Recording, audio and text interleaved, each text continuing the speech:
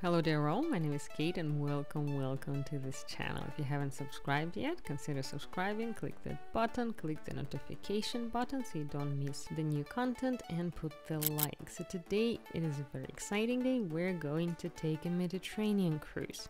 We're going to visit 10 cities within just one video. This is going to be a long video. I'm going to tell you everything about the experience of traveling on a cruise liner Norwegian getaway. And we will visit Rome, Cannes, Florence, Naples, Messina, Dubrovnik, Corfu, Santorini, Meteor, Mykonos, and finally Athens. So we're starting our journey in Rome. We arrived to Rome 3 days before the departure just to see Rome. We're not very lucky with the weather, but well, it is what it is. So the city on 7 hills and the ruler of the whole earth, as the ancient point called Rome. Rome is the capital of Italy, the eternal city, one of the oldest cities in the world, the ancient capital of Roman Empire, one of those cities that probably everyone should try to visit at least once. Rome is located in the west central part of Italian Boot, the birthplace of Latin language, which was widely used in antiquity and today is preserved in medicine, for example. The legislation of Roman Empire served as the basis of creation of modern Western law, so something to be grateful for to Romans.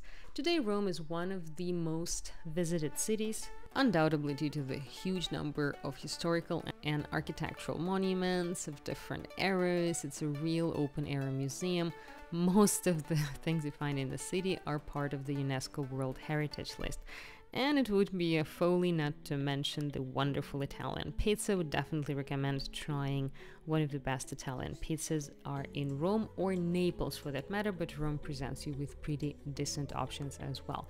So Rome brought us a huge grandeur of palaces, cathedrals, charm of Baroque fountains, power of the medieval castles. Here you'll probably find some of the best museums and art galleries in the world. And a little bit about the history of Rome. According to the legend, Rome was founded on April 21st, 753 BC by Romulus, one of the royal twins that were fed by the wolf, and named Rome in honor of another twin, Remus.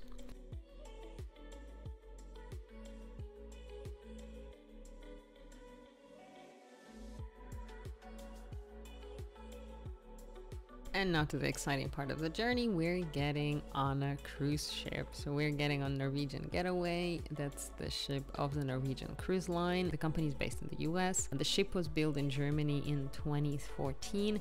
At the time of its baptism, so to say, it was the 9th largest cruise ship in the world, with passenger capacity almost 4,000 people and a crew of over 1,500. Amenities aboard of the ship include a variety of restaurants, several entertainment centers, outdoor pools, jacuzzis, open-air movie theaters, and countless bars. The next morning we were already in Cannes. I started it with a quiet breakfast and then took a small boat to arrive to the port of city of Cannes.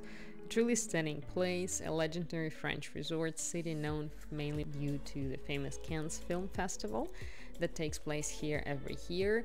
Being one of the most luxurious resorts in French Riviera, Cannes boasts magnificent landscapes, waters of Mediterranean Sea, outlines of mountain ranges, and famous avenues of stars, beautiful promenade, marina with snow-white yachts, and luxurious mansions.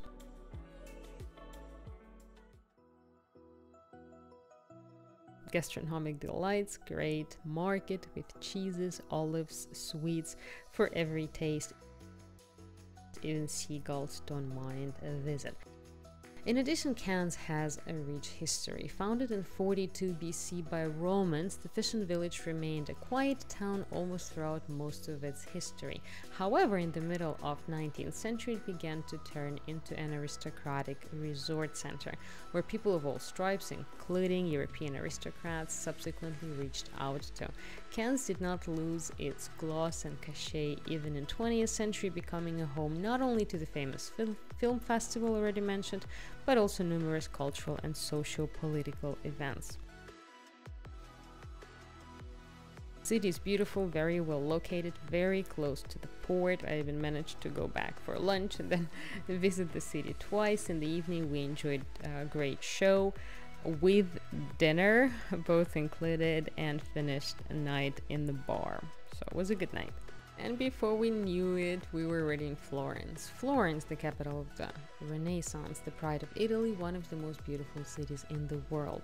It's located in the spacious valley of Arno River in the north of the country and is an administrative center of historical region of Tuscany. From the north to east, there are Apennine Mountains that approach Florence. The mountains and the Grail Hills surrounding the city perfectly set off the beauty and really emphasize the beauty of the Florentine churches, luxurious palaces, making the landscapes absolutely incredible. Nowhere else on the planet you will find such an abundance of masterpieces of architecture, sculpture, painting, predominantly of the Renaissance era. Here in Florence, Dante and Machiavelli wrote their immortal works, Raphael and Leonardo da Vinci honed their artistic skills, and Michelangelo and Donatello breathed life into the marble, creating some of the masterpieces of sculpture. Florence has managed perfectly to preserve its historical appearance. To feel the charm of the city, do not limit yourself to visiting museums and art galleries and churches. Actually take your time and really walk through the old streets of the city, experience the atmosphere, breathe in the city, sit in a trattoria, try a panini, a very simple but tasty bread, have a coffee and a pastry somewhere, watch people, especially Italian women, they're fascinating. And after a couple of hours of drive, we were in Pisa. Pisa obviously is a very famous city in the northern part of central Italy. It is also an administrative center of the province of the same name. An unofficial symbol of the city obviously is the Leaning Tower of Pisa. Since 1986, the tower itself, the square, the cathedral, and the baptistry took the status of UNESCO World Heritage Site. It is believed that the city was founded by Greeks. Then it became a Etruscan city, and in 193 BC came under the rule of the ancient Roman Empire.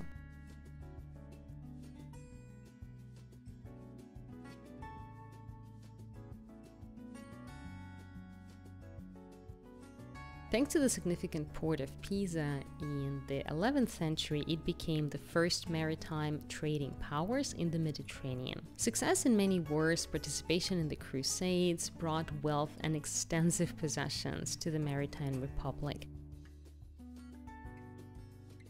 On the next day, we arrived to Naples. I've been to Naples before and frankly didn't impress me very much. That's why I have decided to visit Sorrento.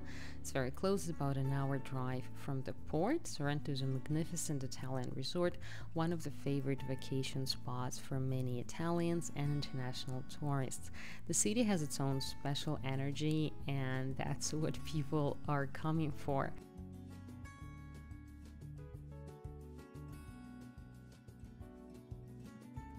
Dickens and Goethe used to rest here. The stunning landscapes of Sorrento are depicted in the paintings of Russian painter Shadrin. Unique nature, warm sea, clean air, Italian cuisine, Italian hospitality, Italian language, which is music for the ears, and wine. Very developed infrastructure. That's just a short list of advantages that resort has to offer.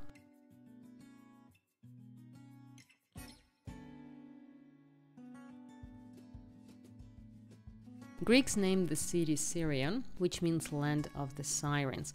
Perhaps it was Sorrento that Homer described in the poem The Odyssey, steep rocks on which sailors crashed, having heard the singing of the sirens. Later the city went under the Roman rule.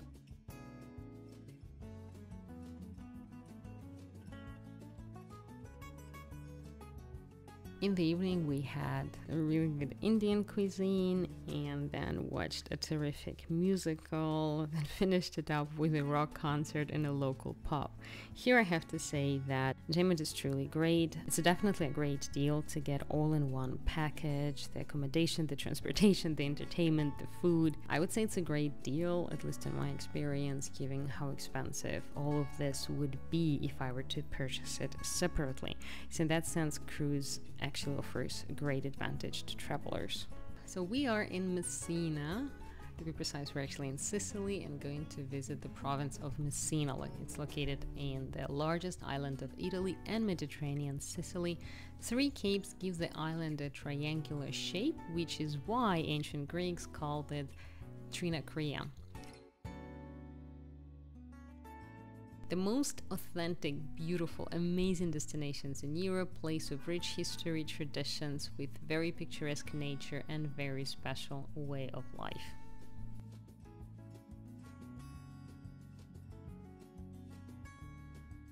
Located at the crossroads of Mediterranean trade routes, Sicily has always been one of the most strategically important places. In ancient times, the island was known as the part of Greater Greece and was mentioned, for example, by Cicero, describing Syracuse as one of the largest and richest cities of ancient Greece, and Syracuse was in Sicily. Sicily is one of the greatest holiday destinations with wonderful southern Italian flair, but what is more important maybe for some is the association with the legendary Godfather.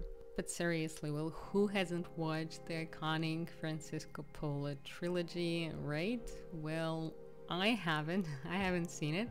I actually watched it only after I visited the island, but I didn't regret visiting it. So if you've seen The Godfather, if you haven't, I would recommend watching it. It's a great movie.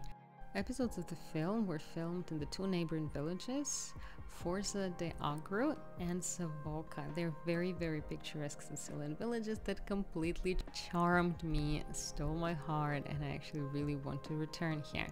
So in Sicilian village Savoca that we're seeing right now, the wedding of Michael Corleone took place here.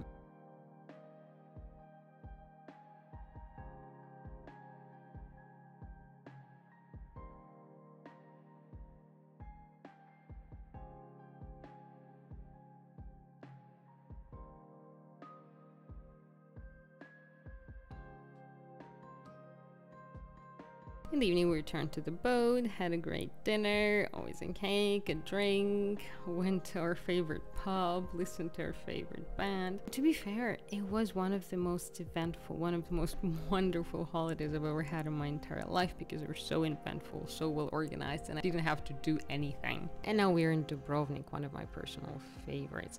Dubrovnik, historically known as Ragusa, is a city of Adriatic Sea in Dalmatia region, southern Croatia, one of the most famous tourist destinations here in Mediterranean.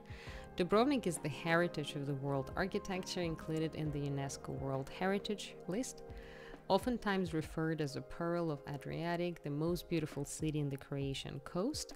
It was founded in the first half of 7th century, interestingly enough, by a group of refugees from Epidaurus and named Laos. Soon the settlement merged with a neighboring Slavic town of Dubrava, becoming the city and then the center of the powerful Republic of Dubrovnik. For a long time it was under the protection of the Byzantine Empire and then under the sovereignty of the Venetian Republic. Between the 14th and 19th century, Dubrovnik ruled as a free state. The prosperity of the city was historically based on maritime trade. Being a capital of Maritime Republic of Ragusa, it reached the highest level of its development in roughly 15th and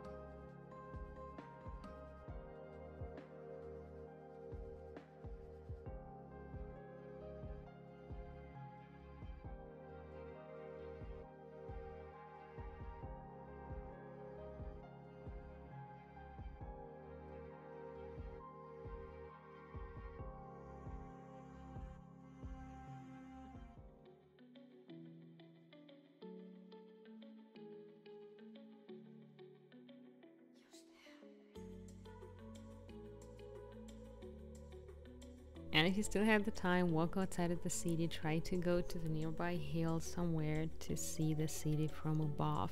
It's definitely worth the while. Be sure to make it to the cruise liner in time. There are plenty of funny videos online of people running up to the cruise ship, but it is still late. In the evening we had wonderful Asian noodles and dumplings. It was absolutely great. And then again went to the same pub to enjoy the music of the same band. The next morning we had a very luxurious sort of American style breakfast with loads of tasty thingies.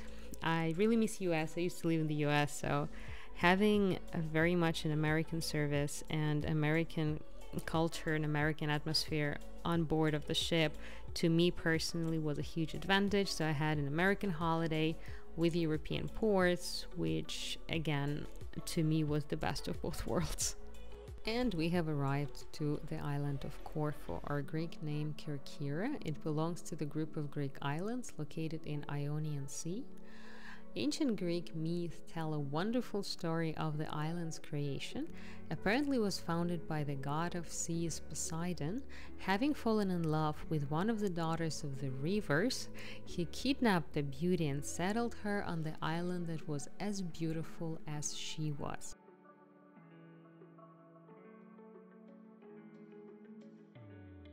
In honor of his beloved, Poseidon named the island Kerkyra, and since then the place has been glorified more than once in more than one legend. Homer sang it in his poems, and Odysseus stopped here on the way to Ithaca. The geographical position of the island has long determined its military, strategic, and commercial importance, which turned Kerkyra into the arena of very turbulent historical events and military clashes. In the 8th century BC, Kerkyra became a Corinthian colony and became an important center of trade. However, inhabitants of the island rebelled against the conquerors, united with Athens, concluding a military alliance with the great city. After the collapse of Roman Empire in 395, the island remained the part of the Eastern Roman Empire, which later became the Byzantine Empire.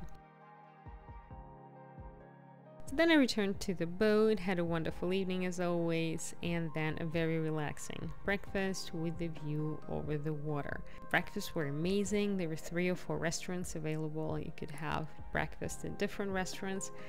In that sense, again, that's one of the best holidays because we didn't have to organize anything. We didn't have to check in and check out of the hotels or think of where to eat and what to do. Everything was organized. And again, that's one of the reasons I love the holidays.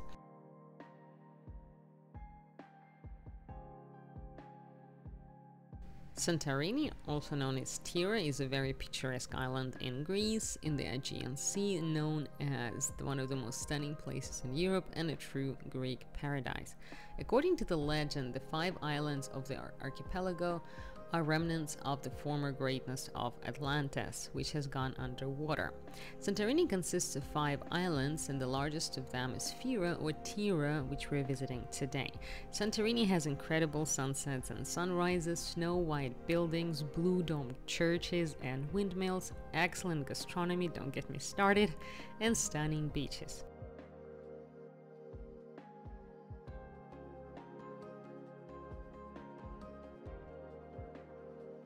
Santorini is a true gem of Greece with fantastic volcanic landscapes, steep cliffs, and crystal clear waters. But the most amazing thing of the place is obviously the coastal villages, very comfortably nestling on the edges of the cliffs with breathtaking views over the Aegean Sea. Santorini is a symphony of 3 colors: blue, white, and shades of yellow. According to Greek traditions, white symbolizes faith and justice, blue the sky, and this yellow-brown the power of nature and the power of volcanoes.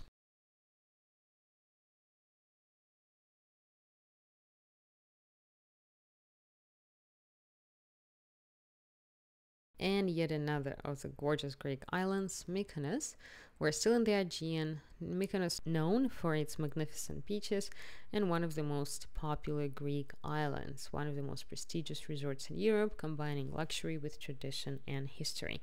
From here you can easily visit another island, very famous island, Delos. Is a unique place, incredibly rich archaeological site with a huge number of artifacts from different cultures over several millennia. In the 5th century BC, Athenians organized what they called themselves purification on the island.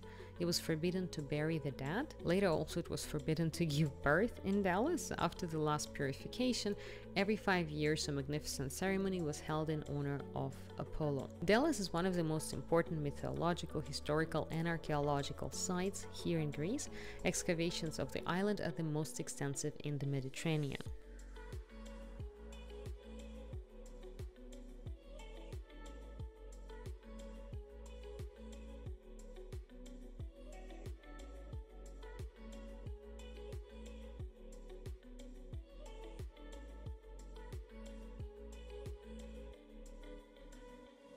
Mykonos is known as a very cosmopolitan island, considered one of the great traveling meccas. This is one of the most frequently visited islands in the Aegean Sea. Beautiful nature, again terrific gastronomy, a lot to do, a lot to see. Once again, symphony of three colors predominantly: white, blue, and shades of yellow. Beautiful windmills. Windmills appeared in Mykonos for the first time in 16th century roughly, and were continuously built in the 20th century. As of today, there are 16 mills left, and they're truly adding the beauty to the island. I'm not sure if I pointed out we were traveling in November, so it was a little chilly, but was definitely perfect weather for a hot jacuzzi up on the highest deck of the ship, with drinks served to the jacuzzi. Pretty much it was a great relaxing evening. Then we had some drinks at the local bar and seafood buffet.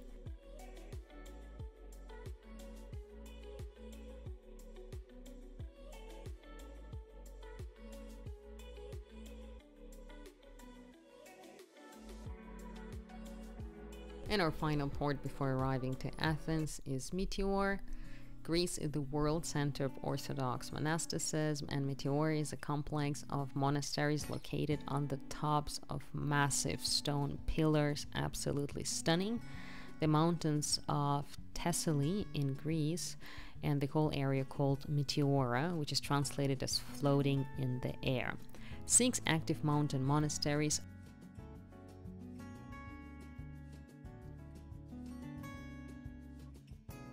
can be found here. The first mention of hermits in the mountain caves and their places of worship dates back to 10th century, and since 1988 it has been included in UNESCO World Heritage. The monasteries of Meteor attract with their rich history, original architecture, stunning views, a truly unique experience. At the end of 10th century, the first hermits appeared in the Greek rocks of the mountains of Thessaly. At the altitude of 600 meters, they found peace, established life, and equipped special platforms for prayers. Over the years, hermits who lived here isolatedly formed communities and with monastic way of life that later grew into monasteries.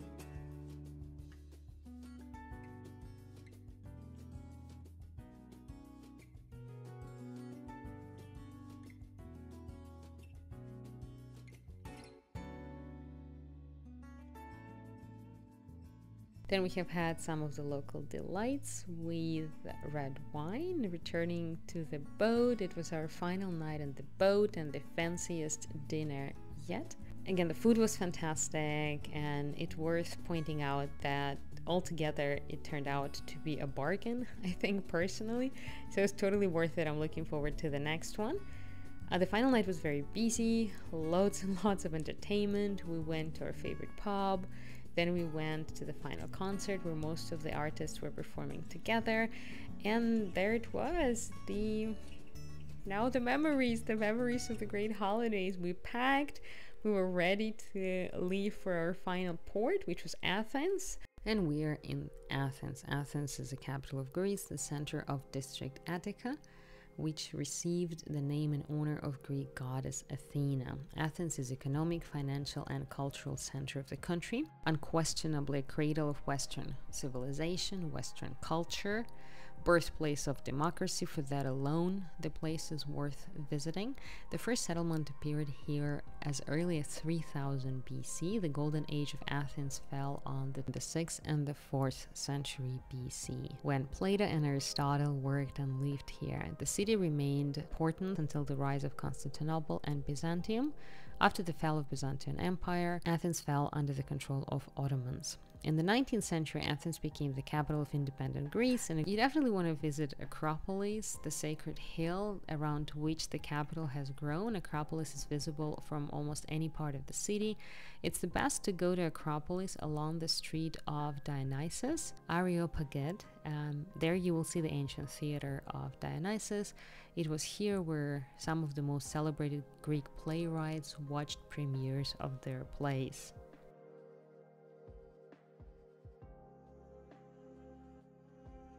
And that, my dear friends, would be all that I wanted to share with you about my cruise experience. It was absolutely terrific. Would highly recommend it. If you've been on a cruise or planning to go to one, please do share your experience in the comments down below. Thank you so much for staying with me until the end. Don't forget to subscribe. Don't forget to put the like, and see you soon.